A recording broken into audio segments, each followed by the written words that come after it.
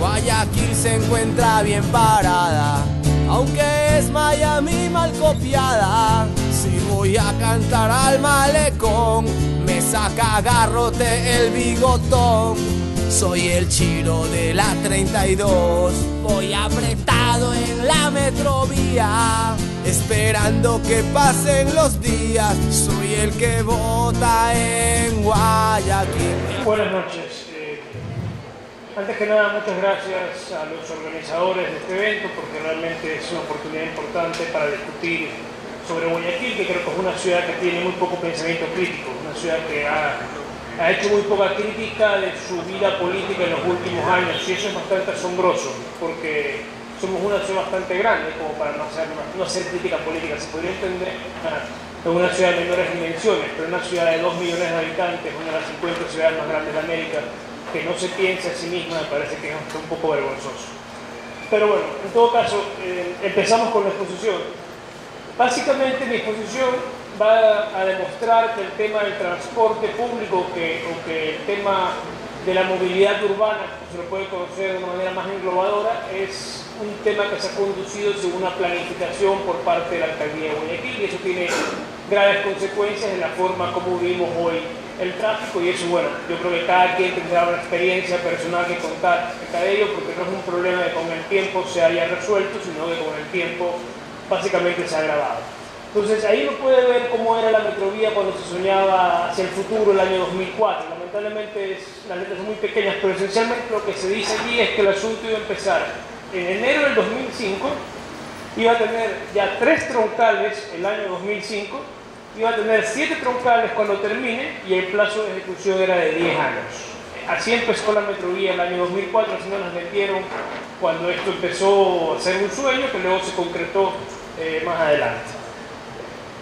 Esta es una publicación de revista Vistazo del año 2002, en cuya portada está la asambleísta Diana Pazley. En esa época no era asambleísta obviamente, pero tenía un programa de farándula y estaba en la portada de la revista Vistazo, y se habla acerca de los mayores desafíos de Guayaquil, y te hablan del transporte público como el primero, la contaminación ambiental el segundo, el alcantarillado el tercero y la seguridad el cuarto. Yo creo que ninguno se ha resuelto, ustedes juzgarán mejor que yo.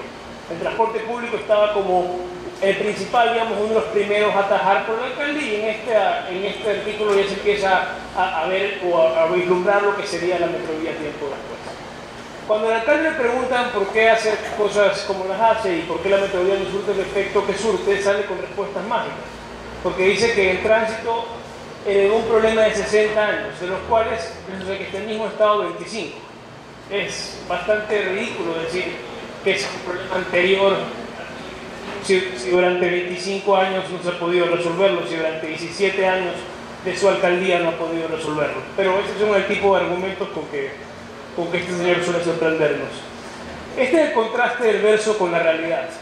Empezó a operar la metrovía en julio del 2006, no sé muy bien porque vivo frente a una estación, y era justamente esa parte la que empezó a operar, la del sur, la estación del 25 de julio hasta el centro, que no llegaba a toda la estación del terminal terrestre. Esto por oposición a enero del 2005. Tenemos 18 meses de retraso para empezar. 3 troncales estuvieron recién en el año 2013. Se hablaba del 2005 en la información original, luego el municipio reculó y dijo que lo iba a hacer el 2008, terminó entregando lo que había ofrecido para el 2008 y el 2013. Mejor de los escenarios con 5 años de retraso.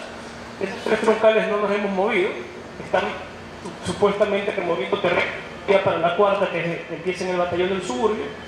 3 troncales se encuentran funcionando el año 2009 por oposición a las 7 troncales que se habían proyectado originalmente. Y finalmente ha tomado 5 años más esta inacabada transformación que los 10 años en que se pensó terminar. No solo que no se logra terminar, no solo que se demora más, sino que no logra ni la mitad de lo que se propuso. Ese es el fracaso de planificación, de las pocas cosas que se han planificado. Por aquí vamos a ver que hay otras cosas que ni siquiera se planifican, y esas son las ciclovías. Guayaquil básicamente renuncia a las ciclovías. Es un hecho que en Guayaquil, para cualquiera que ruede en bicicleta, yo de hecho vine en bicicleta a este evento, y yo, bueno, ya no me voy a ir en bicicleta, me voy a ir en carro, pero vine en bicicleta y me gusta mucho rodar en bicicleta en la ciudad, pero realmente es una actividad peligrosa y no hay ningún tipo de infraestructura ni de garantías para el ciclista. Esta noticia que publicó Diario Expreso el año pasado, básicamente da cuenta que de 8 ciclovías que se habían proyectado supuestamente por el municipio el año 2011, solo 2 se cumplieron. Una de ellas es la del Malecón, que es una ciclovía antitécnica porque en los espacios en que se circula 50 kilómetros, o ese es un límite, debe establecerse una ciclovía con un separador físico, y es lo que recomienda la norma técnica, y obviamente esa ciclovía no lo tenía, y tampoco tuvo una función porque cualquiera que haya ido por el Malecón sabe que esa ciclovía simplemente no funcionaba. Para los ciclistas nos conviene ir más por la derecha que ir por ese lado, no cumple ningún propósito, los propios vehículos del municipio se recaen en la ciclovía y hasta se ha borrado. Ese fue el primer experimento del municipio, fue un total fracaso. Y luego salió con el tema de la calle Junín, que luego finalmente en una entrevista de estas de los miércoles admitió que él había tomado la decisión de que no se conviertan en jardineras en vez de ciclovías. Entonces, esencialmente, de un proyecto del año 2011 de 8 ciclovías se concretaron 2, y las 2 fueron miserable fracaso. Perdón, dije miserable fracaso. Creo que no se escuchó la parte de miserable.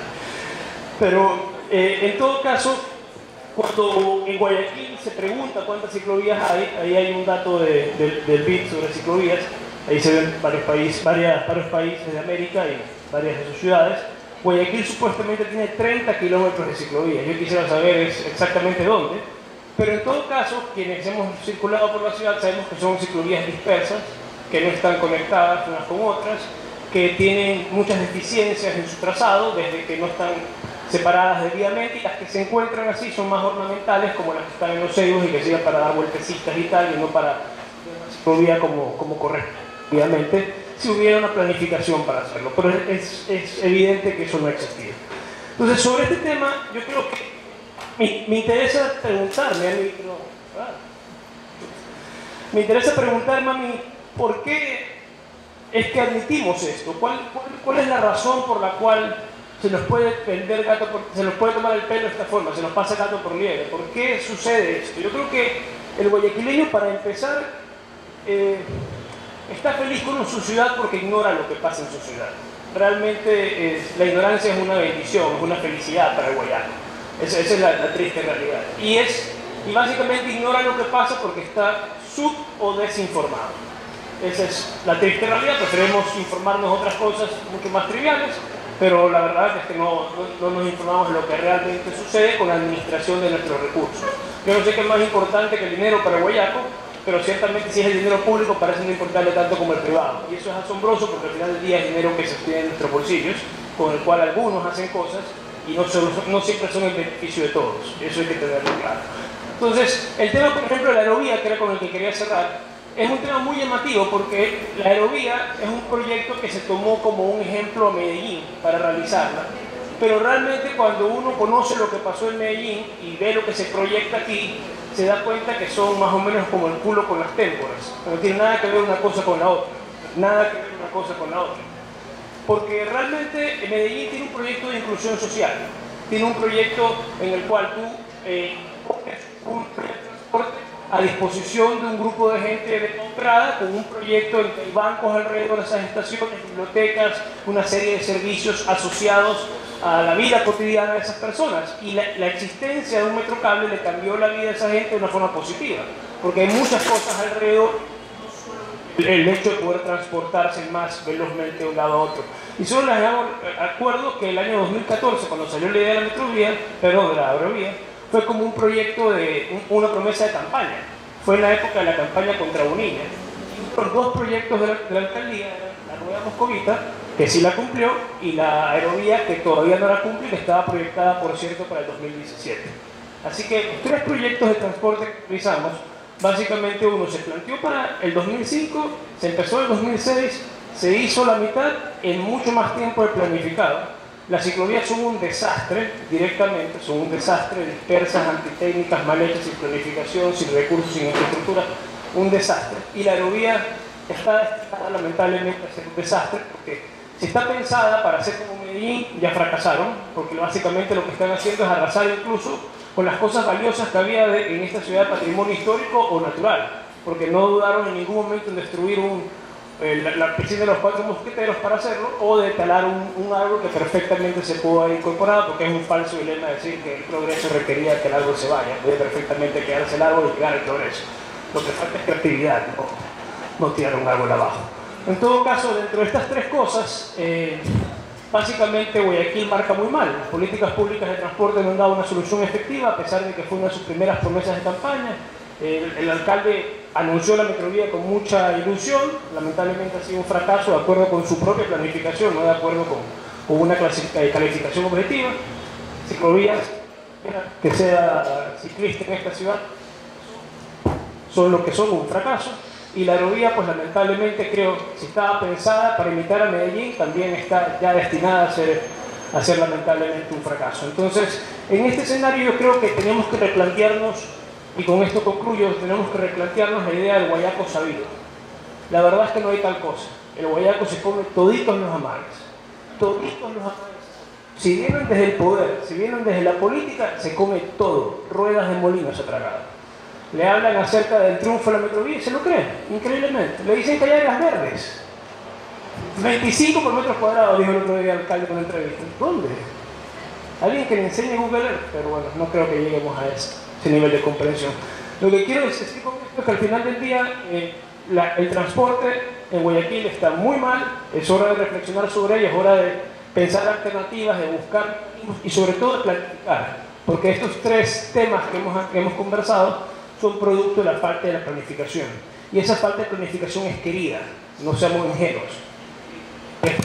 Es la forma como se articulan mejor los negocios. No seamos tontos, no nos comamos esa madre también. Muchas gracias. Muchísimas gracias a David por la invitación y por esta organización. Es muy importante, como lo dijo Javier, esta clase de eventos y sobre todo su presencia, porque necesitamos activar esta comunidad, activar este sentimiento que hemos perdido a lo largo del tiempo, y es muy importante que nos empapemos en los problemas que estamos enfrentando como guayaquileños, como ecuatorianos. Y estar hoy esta noche nos permite conocer un poco más en amplitud los problemas puntuales sobre movilidad, temas ambientales, sobre arbolado urbano, sobre planificación, etc.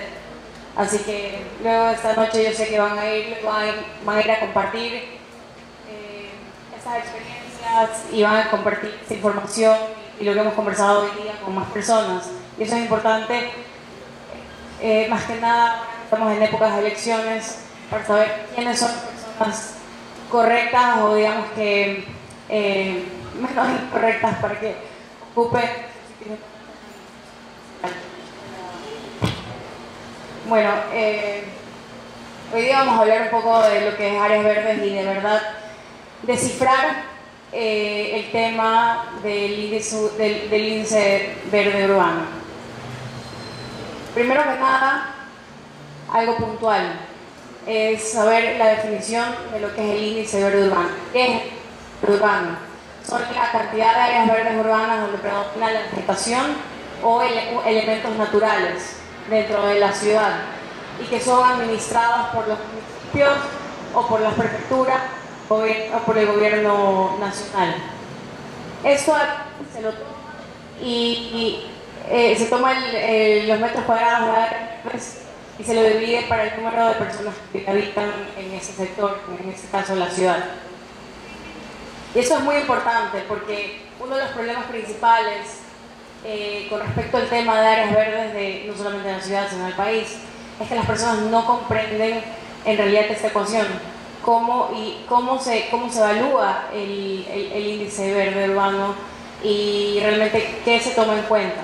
Porque no son las áreas periféricas, no son las áreas de conservación o de los espacios protegidos. Esto aquí tiene que ver netamente con los espacios públicos y lo que se construye a medida de la administración.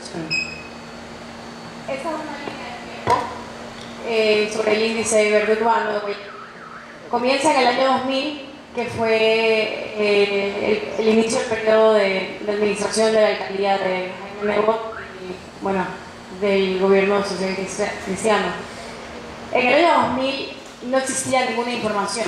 Antes de eso, digamos que era aún más caótico, entonces no había ninguna información que pueda registrarse en internet o en los libros. Entonces nosotros cogemos la información porque es uno de los problemas más importantes, que no hay cómo realmente evaluar estos 20 años de administración porque no tenemos mucha información. Entonces, en el año 2010, el INEC hizo un censo a nivel poblacional, a nivel nacional, donde la población de Guayaquil era de 2.350.000 habitantes. Y según la medición del INEC en ese año fue de 1.12 metros. En el año 2012 vuelve a hacer otro censo y esta vez utiliza una metodología mucho más completa para medir las áreas verdes.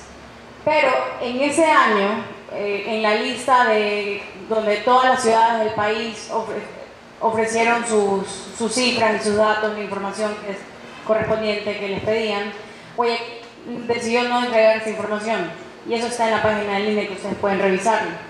Entonces, como Guayaquil no presentó ninguna información en ese año, nosotros teníamos 2.500.000.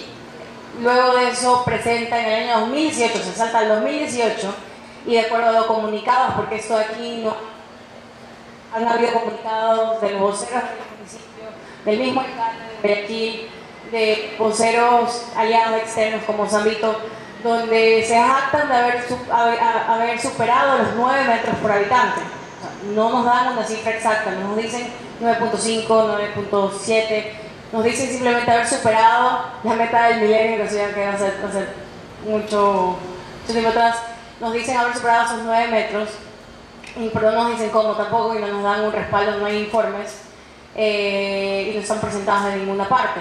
Entonces, con todo esto, con toda esta seguridad con la que nos dicen, nos indican esto, en este momento estamos en 2.600.000 habitantes.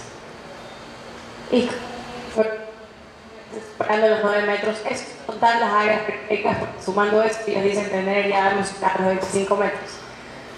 Entonces, si en el año 2010, son varios ejercicios, quiero sumar, agregar, que nosotros dentro de la Fundación hemos estado haciendo varios ejercicios porque como no tenemos los suficientes datos por parte del municipio, nosotros hemos tenido que prácticamente hacer un levantamiento de información muy visual, comparándolo con otras ciudades, visualmente cómo se ven otras ciudades que dicen que, bueno, en ese caso que afirma tener 9 metros, 10 metros, 11 metros, ciudades como Medellín, ciudades como Rosario, Argentina, ciudades que están muy cerca en metros cuadrados que dice tener Guayaquil. Entonces nosotros hemos hecho ejercicios midiendo la densidad del arbolado y de las masas que tienen por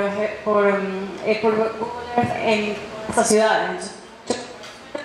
Y después les voy a enseñar otro ejercicio que hemos hecho más adelante, pero volviendo al tema, en el año 2010 nosotros teníamos 2.600.000 metros cuadrados de área en la zona urbana. Y en el año 2018, como hemos superado los 9 metros, significa que ahora hemos crecido 24 mil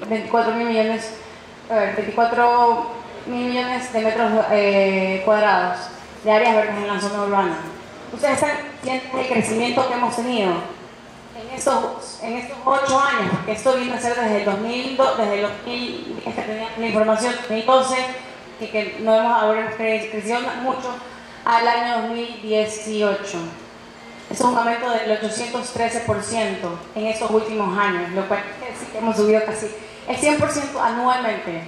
Eso es una locura, revisando un poco de historia moderna de todas las ciudades que están en crecimiento, realmente de desarrollo sostenible, en temas de conservación, de recuperación de áreas. O sea, ni siquiera esas ciudades, las mejores del mundo, están al nivel que estamos nosotros.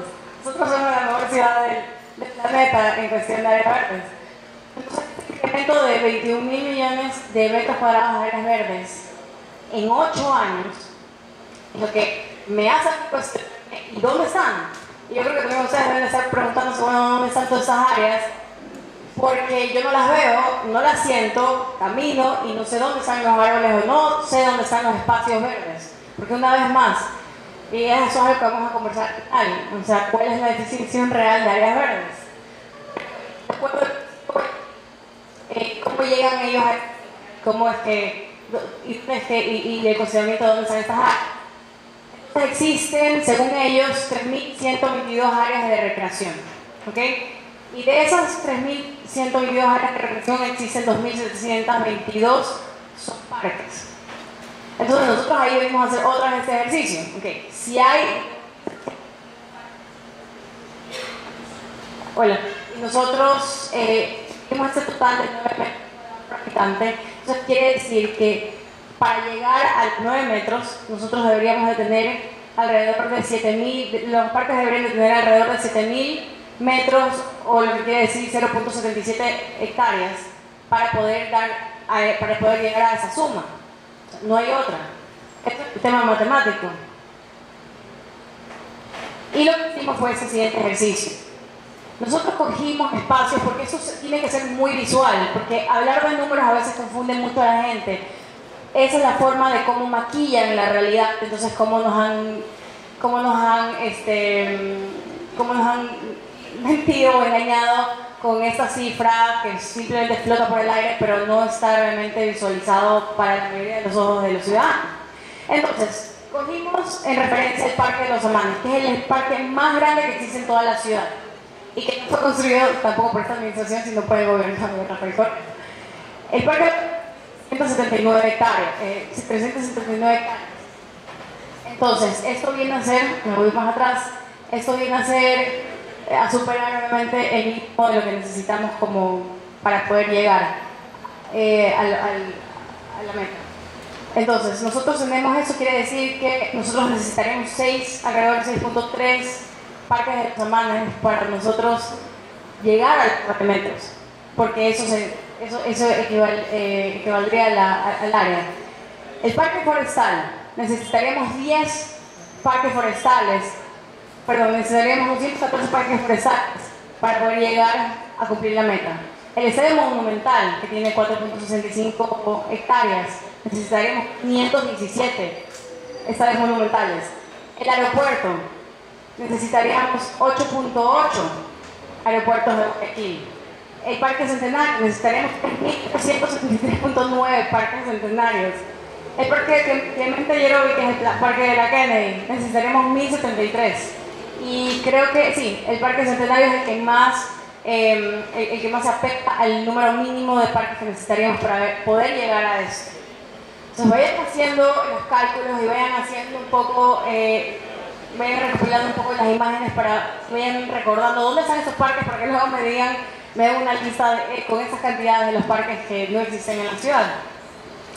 Y eso es mucho más explícito, mucho más puntual. Ahí está el Parque Clemente Yerovi, que se refleja aquí, en este pedacito. ¿Cuántos parques Clemente Yerovi existen? O sea, pueden visualizar aquí. Si me consiguen 5, se dan un premio. El Parque Centenario, que lo ven en esta área. El Parque Forestal, que se ve en esta área, que es una de las manchas más grandes, la única grande que existe en toda esta masa y este asentamiento poblacional. Entonces, el Parque de los Amanes, que es lo más visual desde Google Earth. ¿Cuántos parques de los Amanes podemos encontrar en Guayaquil? El Estadio Monumental, el aeropuerto José Joaquín del Medio. ¿Cuántos aeropuertos necesitamos llenos de masa vegetal para poder, recordemos que cuántos eran? Eran 8.8. ¿Dónde están los 8 aeropuertos que necesitamos para poder llegar a la meta? Llegar a los 9 metros de área verdes por habitante. Esta es una imagen de Guayaquil. Solamente la masa, solamente el asentamiento sin las áreas periféricas. Y aquí nosotros podemos visualizar, y aquí están obviamente las cantidades de los parques que necesitamos para poder llegar a esta cifra. Eso es un ejercicio que lo hemos repetido justamente en nuestras reuniones una y otra vez, para aprender y poder visualizar cuánto necesitamos para poder llegar a esta meta y cuánto podemos superarlo. Es la forma más sencilla de poderle explicar a las personas y a la ciudadanía en general que no tienen mucho tengo mucho conocimiento en el tema de cómo nos están engañando y cómo nos han mentido y cómo han querido maquillar toda la verdad sobre áreas verdes. Súper sencillo de esa manera porque, como les digo, no hay información. Entonces, eso es lo que nosotros hemos tenido que hacer y obviamente ahí están marcados, acá abajo están marcados los puntos de conservación que no cuentan porque estas son áreas que son reservas naturales. Esto es Holcim, que pueden ver que más o menos el tamaño del aeropuerto de Guayaquil, en el que están todas las canteras deforestadas. De ahí tenemos unos cerros que son áreas de conservación como este que creo que es el Cerro Colorado, acá está Cerro San Eduardo, Paraíso, Manglar, y eso es todo lo que nos queda de Guayaquil. Y las únicas manchas visuales son vienen a ser el Parque de los Amanes. Entonces, en resumen, ¿qué es lo que necesita Guayaquil en cuanto a áreas verdes y en cuanto a espacios y parques realmente que puedan definir lo que es un área verde? Manchas grandes. Primero que nosotros necesitamos transparencia y acceso a la información. Si nosotros tenemos números maquillados y pretenden engañarnos el resto de la administración con números que no existen y ni siquiera se acercan a la realidad, nosotros no podemos contemplar cuáles son los proyectos realmente que deben ser liderados en la ciudad para poder llegar algún día a cumplir esas metas de la mano con el crecimiento también de la población. Nosotros necesitamos no solamente cumplir objetivos, quizás son irrealistas, sino que nosotros necesitamos trabajar por el beneficio real de la gente, de los habitantes. Necesitamos trabajar para nosotros, no para cumplir objetivos. Eso es súper importante. Necesitamos definir claramente el concepto del significado de áreas verdes. Áreas verdes no es igual a áreas deportivas ni a áreas recreativas. Está bien crear condiciones y espacios para que la gente pueda hacer deportes y para que pueda recrearse, pero no se pueden sumar. Áreas verdes es un punto donde existe una gran cantidad de árboles y arbustos y plantas. Necesitamos tener inventarios forestales. Si nosotros no tenemos y no sabemos qué es lo que tenemos en la ciudad, cuáles son nuestros activos, nosotros no podemos crecer, no podemos tener una mejor educación para la ciudad, no podemos informar de mejor manera. O sea, no se vayan muy lejos. Ahora cojan sus teléfonos, métanse en la página del municipio de Medellín y ustedes van a ver cómo ellos tienen todos los árboles georreferenciados y ubicados de la ciudad.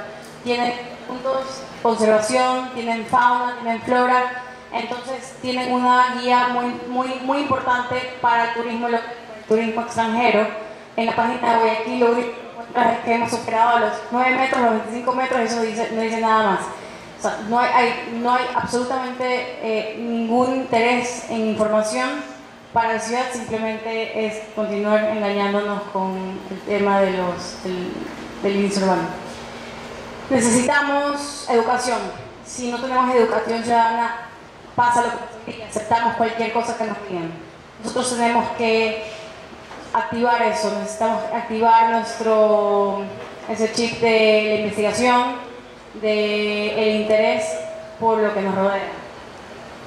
De ahí necesitamos obviamente manuales de mantenimiento, manuales de poda, de trasplante, manuales de correcto de los jardines y una lista importante de cuáles son las especies nativas, tanto en flores como en árboles, como en arbustos, que deberían de incluirse en los jardines privados y públicos, sobre todo de la ciudad, y poder rescatar el paisaje que nos identifica, que es un paisaje de bosque seco tropical.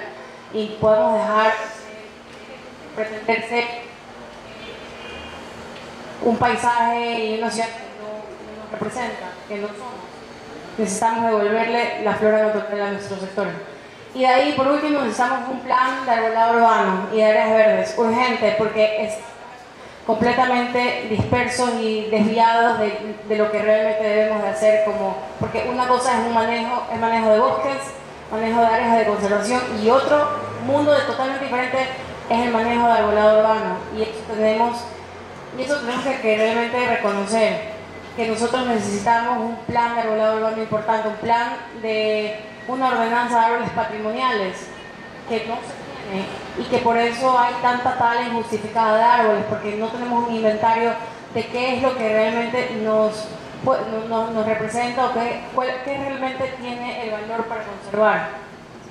Entonces, eso más que nada ha sido como una breve explicación para despertar este interés por conocer nuestras áreas verdes y nuestros espacios, y sobre todo para no dejarnos mentir. Y ahora creo que van a tener súper claro que si no encuentran 6 parques de los Amanes, entonces quiere decir que no tenemos los 9 metros. Y si no tenemos 3.000 y pico de parques centenarios, tampoco podemos llegar a esos 9 metros. Muchas gracias.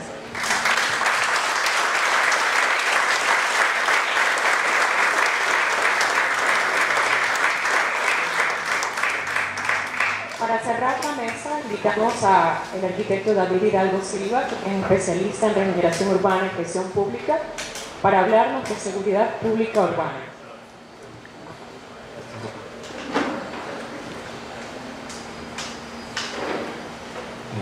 Buenas noches con todos. Una vez más, gracias por estar aquí presentes. Yo voy a hablar sobre políticas públicas en el área de seguridad urbana en la ciudad de Guayaquil.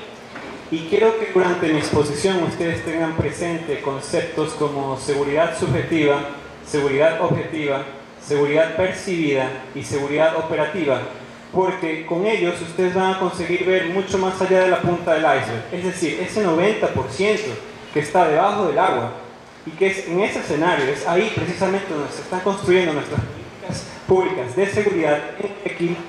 Y no responden necesariamente a experiencias exitosas de ciudades vecinas, a estadísticas o a criterios técnicos para realmente mitigar y combatir el crimen y la delincuencia, sino que responden a intereses económicos.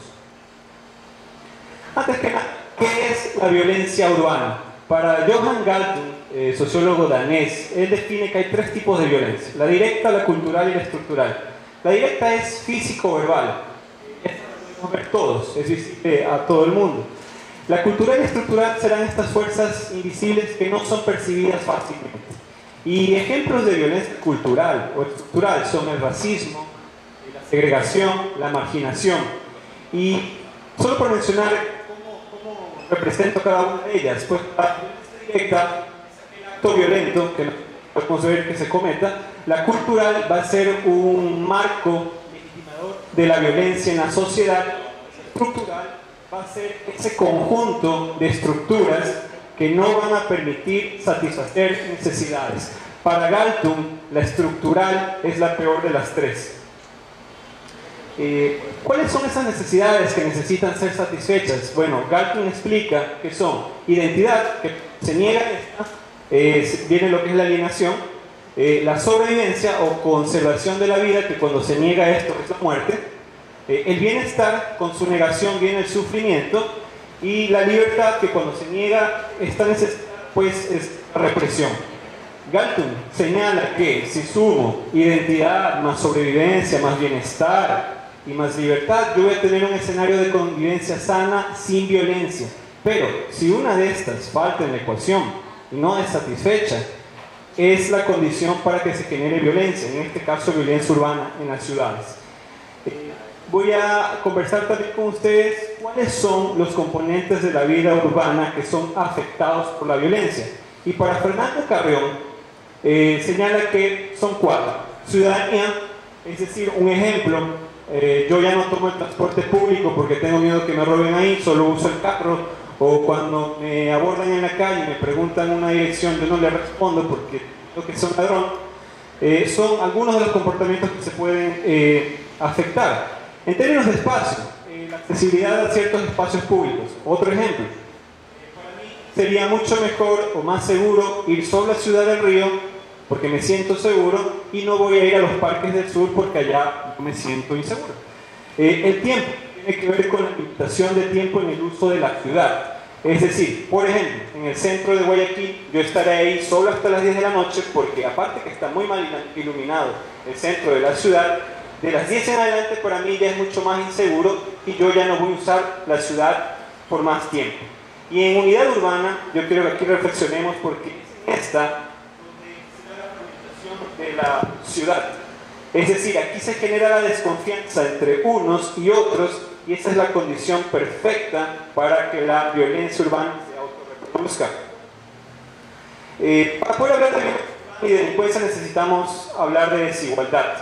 El economista Herman Winkler, que trabaja para el Banco Mundial, hizo un estudio en más de 2.000 municipalidades en México y llegó a la conclusión que la desigualdad genera una sensación de injusticia entre las personas en desventaja o en condiciones de vulnerabilidad, y esto las va a llevar a buscar una compensación por otros medios, es decir, por sus propios medios, y eso incluye actividades criminales.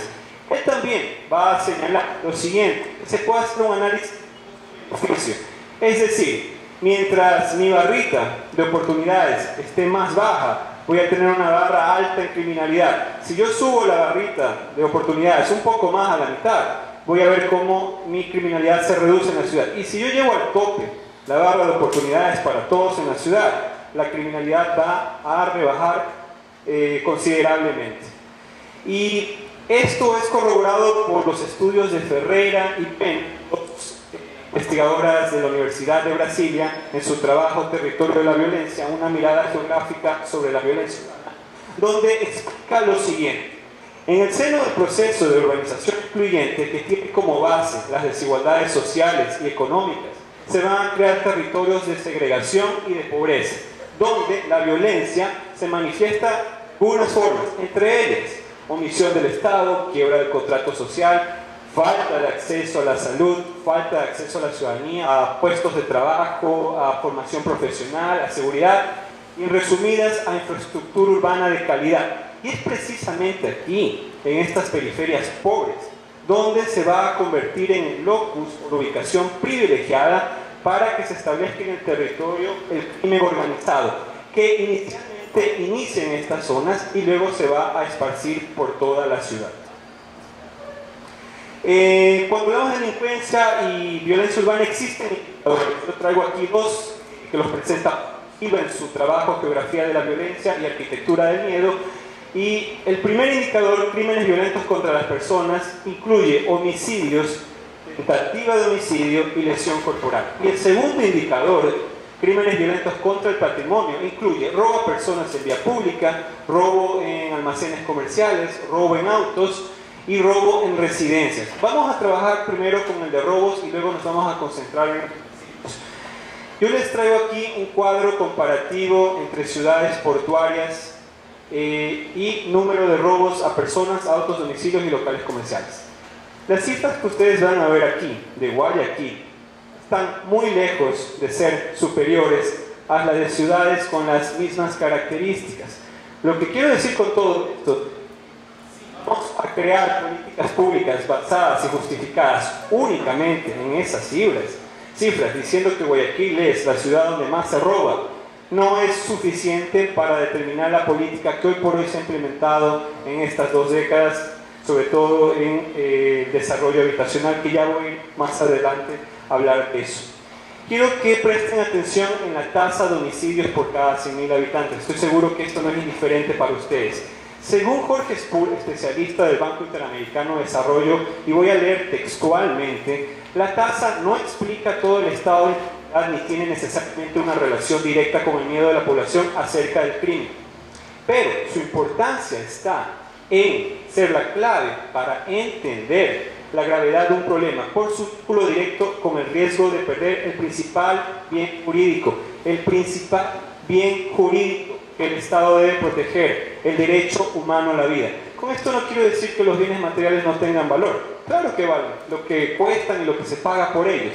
Pero si el Estado y las alcaldías deben garantizar algo a la ciudadanía, es el derecho a la vida. Y es en base a esto que uno determina si la ciudad o un país es seguro o inseguro. Y esto es un consenso de la comunidad internacional que aplica este indicador. Yo les presento aquí un estudio comparativo de 4 ciudades y sus políticas urbanas con las que combatieron, por decirlo así, la inseguridad y la delincuencia.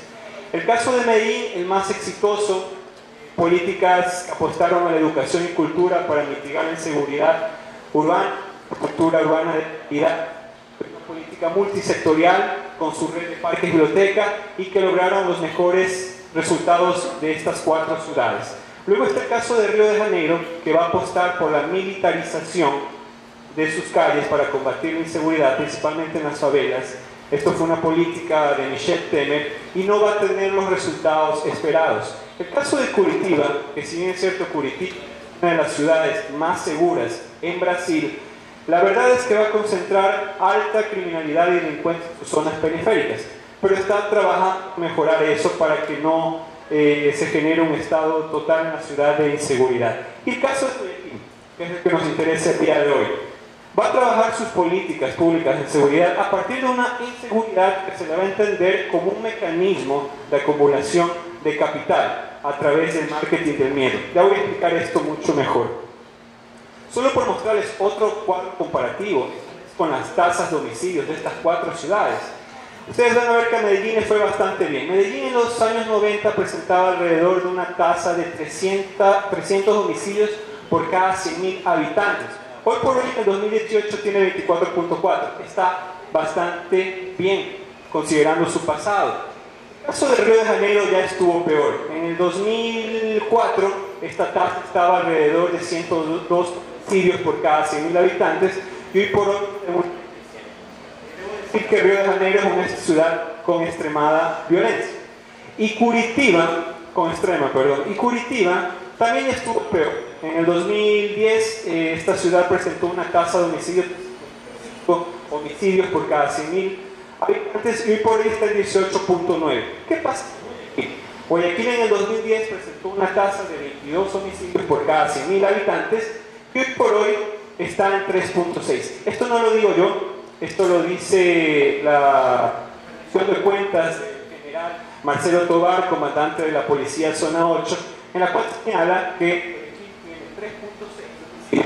Yo pude corroborar esta información cuando visité la parroquia Félix Cordero, hice un estudio de campo con mis estudiantes y los policías del UPC me dieron exactamente cifras bajas en lo que tiene que ver con homicidios. Y aquí está la gran pregunta: Guayaquil está muy lejos de dar cifras altas en homicidios. En palabras del comandante Tovar, Guayaquil es una ciudad segura. Ahora, ¿en qué se basa la política de Guayaquil? Lo siguiente: la seguridad ha sido amplificada mediáticamente y a través del discurso oficialista, y esto lo que ha logrado es influenciar a los habitantes de Guayaquil para que vayan a vivir fuera de la ciudad, de la conurbana, metropolitana, en esta ciudad de las amuralladas.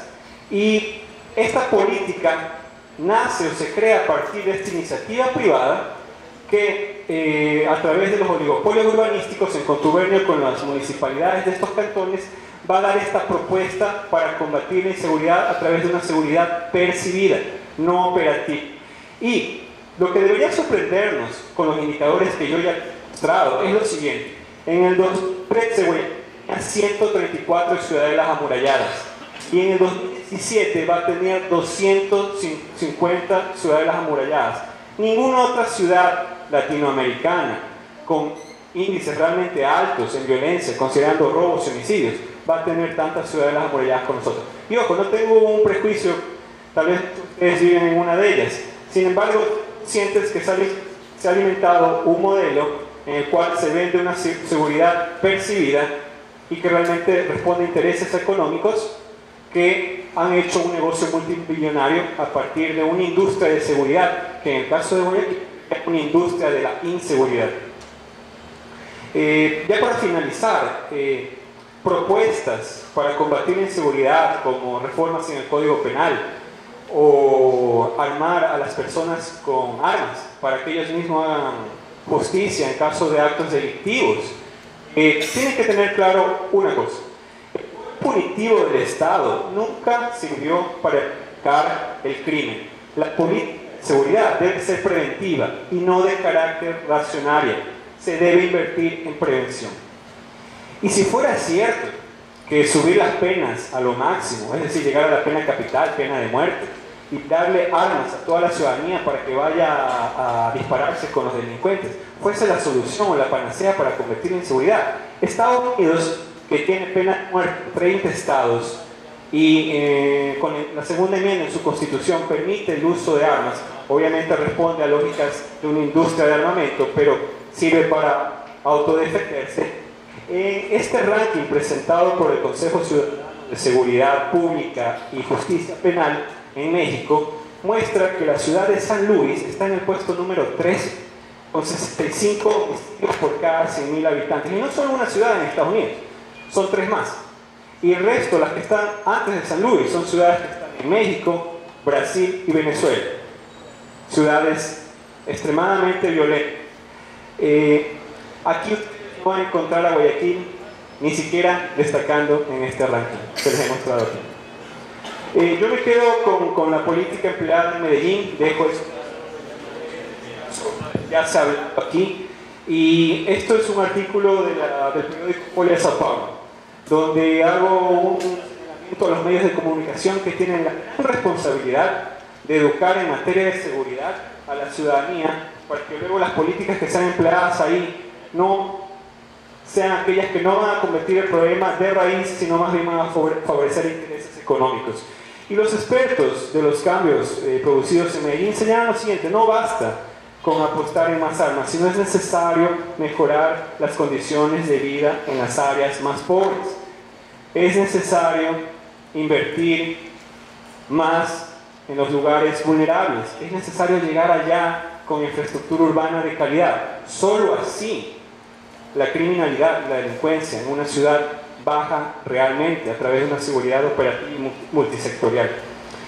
Y para aquellos interesados en el tema de seguridad y combate del crimen, dejo dos libros de Oscar Newman, Espacios Defendidos, de experto en criminología, Ray Jeffrey, con su trabajo Prevención del Crimen a través del diseño urbano. Y quiero cerrar con una gran idea general: el buen urbanismo, el buen diseño urbano, el urbanismo correcto, prevenir el crimen. Todo lo contrario, el mal urbanismo hace que una ciudad se perciba mucho más insegura y por ende realmente se vuelva insegura. Muchas gracias. Soy el marginal de Guayaquil, soy el desplazado en Guayaquil, soy el olvidado.